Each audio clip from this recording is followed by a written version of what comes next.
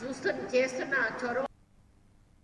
యాదాద్రి భువనగిరి జిల్లా ఆలేరు నియోజకవర్గంలో 99 రోజుల ప్రజాపాలన ప్రగతి ప్రణాళిక సమావేశం ఇమ్మిడి నరసింహారెడ్డి గార్డెన్లో నిర్వహించారు.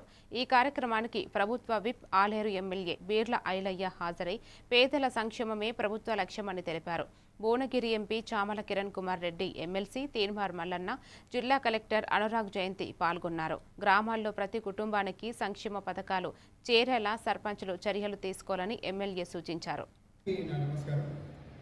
ఈరోజు 99 రోజుల యాక్షన్ ప్లాన్ ప్రజాపాలన ప్రగతి ప్రణాళికలో భాగంలోకి వచ్చిన తర్వాత చేసినటువంటి పథకాలు, చెయ్యాలా అనుకుంటున్నటువంటి పథకాలు, చేసినటువంటి పథకాలు ఎంతమంది లబ్ధిదారులకు వచ్చినాయి, లబ్ధిదారులకు వచ్చింది, ఇంకా లబ్ధిదారులు రాని వాళ్ళు ఎవరు.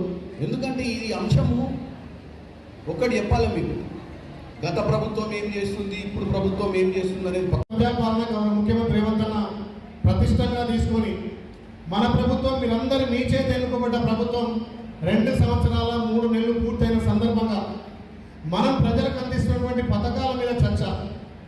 మన ప్రభుత్వం రైసింగ్ 2047 ముందుకు పోవాలి.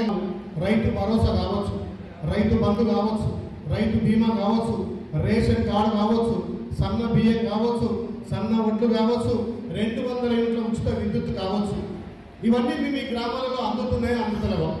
ప్రభుత్వ లక్ష్యం ఒకటే. వర్గానికి ఇందిరమైన చర్యలు, మహిళా సంఘాల విషయంలో చెల్లెకు ముఖ్యమంత్రి స్టేజ్ మీద ఇలా బహుమతి కూడా మన ఆలయాన్ని చెప్పుకు రావడం అంటే మనం తెలంగాణలో ఆలయం నెంబర్ 1 ఉన్నాం.